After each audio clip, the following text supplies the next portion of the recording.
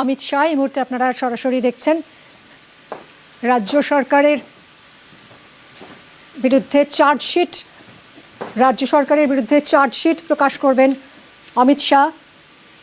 15 বছরের ব্যর্থতার অভিযোগ তুলে চার্জশিট বিজেপির অমিত শাহ রয়েছেন, আর কিছুক্ষণের মধ্যেই তিনি চার্জশিট পেশ করবেন। और সেই চার্জশিট বিল করা হবে বাড়িতে বাড়িতে। भारतीय जनता पार्टी की प्रेस वार्ता में स्वागत है। जैसा आप सभी जानते हैं, बंगाल में चुनाव की घोषणा हो चुकी है और भारतीय जनता पार्टी के सभी कार्यकर्ता हमारे प्रदेश अध्यक्ष जी के नेतृत्व में बंगाल में भारतीय जनता पार्टी की सरकार बनाने के लिए बड़े आत्मविश्वास के साथ चुनावी मैदान में उतरे। हमारे विपक्ष के नेता श्री शुभेंदु अधिकारी जी ने भी चुनाव के पहले ही पूरे बंगाल का दौरा कर बंगाल में फैली अव्यवस्थाएं, अराजकता और आर्थिक बदहाली और विशेषकर घुसपैठ के मुद्दे को बंगाल के जन जन तक पहुंचाने का काम। मित्रों, बंगाल का यह चुनाव बंगाल के लिए तो महत्वपूर्ण है ही है, परंतु पूरे देश के लिए महत्वपूर्ण। पूरे देश की सुरक्षा बंगाल के चुनाव के साथ एक प्रकार से जुड़ी है। असम में भारतीय जनता पार्टी की सरकार बनने के बाद असम से घुसपैठ कमोबेश समाप्त हो गई। अब एक ही रास्ता बचा है जहां से घुसपैठ होकर पूरे देश के अंदर घुसपैठिए फैलते हैं और देश की सुरक्षा के साथ खिलवाड़ करते। इसलिए बंगाल का एक चुनाव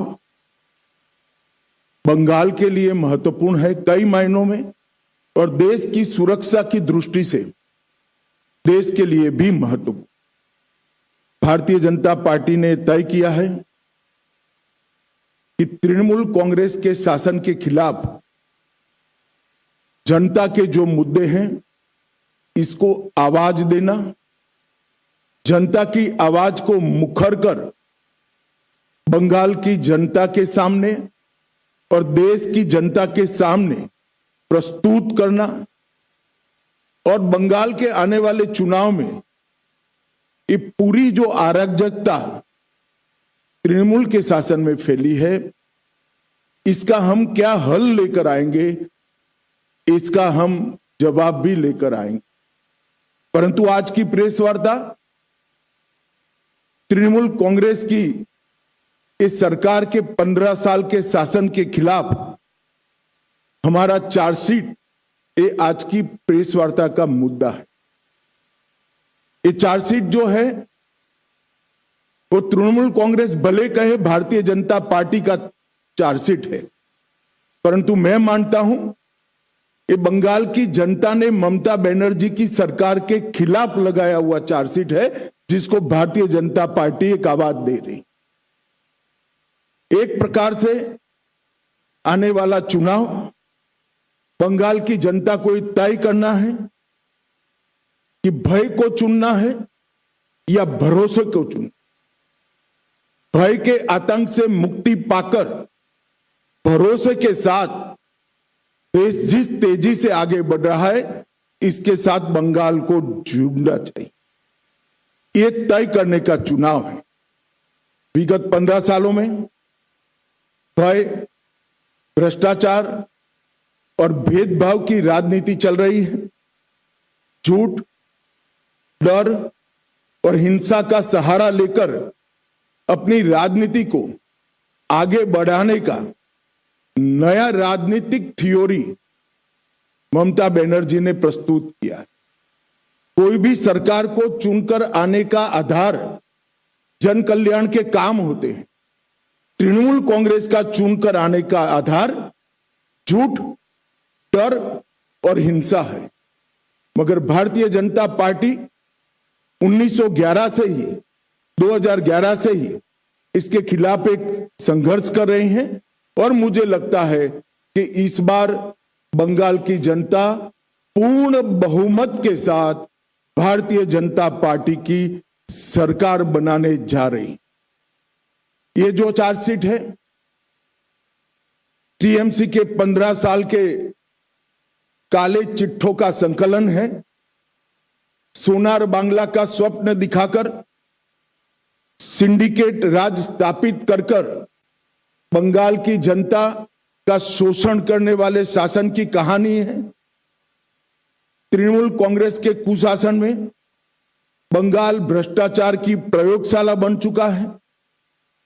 ऊपर से नीचे तक सफेद पोश आपराधिक सिंडिकेट जनता को परेशान कर रहे हैं और विकास के अभाव में बंगाल इंडस्ट्री के लिए एक प्रकार से ग्रेवयार्ड बन चुका है। बंगाल टीएमसी के पोंचो बिपोर जॉय से ग्रसित यहां घुसपैठियों को प्रोटेक्शन दिया जाता है। तुष्टीकरण को अपना मिशन बना चुकी है सरकार।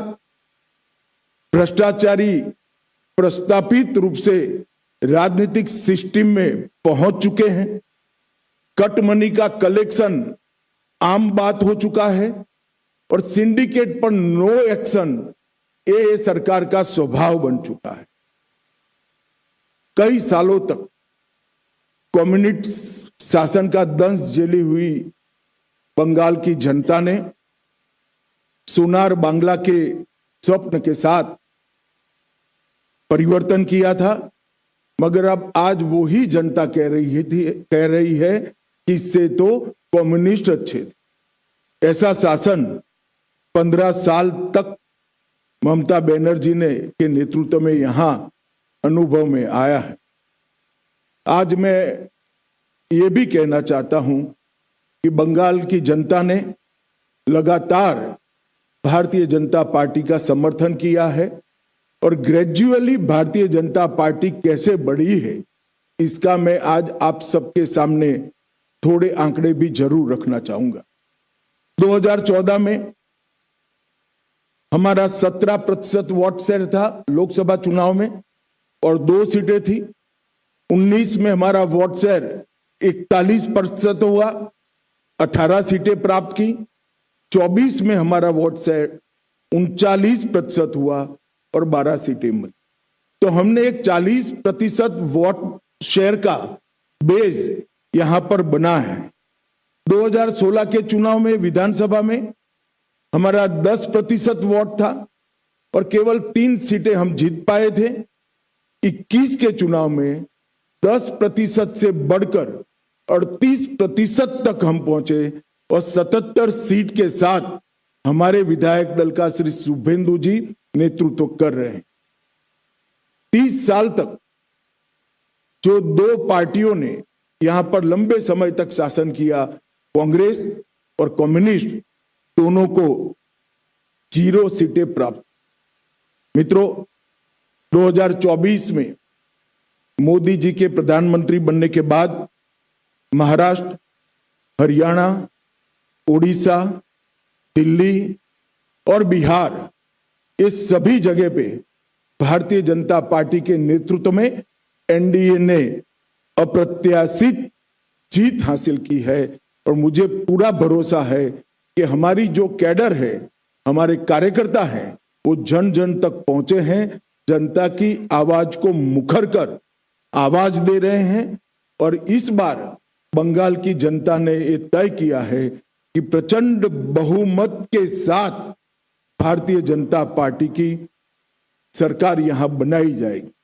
ये चुनाव जो है वो एक प्रकार से जान जाने के भय से मुक्ति का चुनाव है, आजादी जाने के भय से मुक्ति का चुनाव है। पूरे बंगाल का बहुमत समाज demographic change, artificial demographic change के कारण भय में जी रहा है कि हमारे ही देश में कहीं हम माइनॉरिटी तो नहीं बन जाएंगे।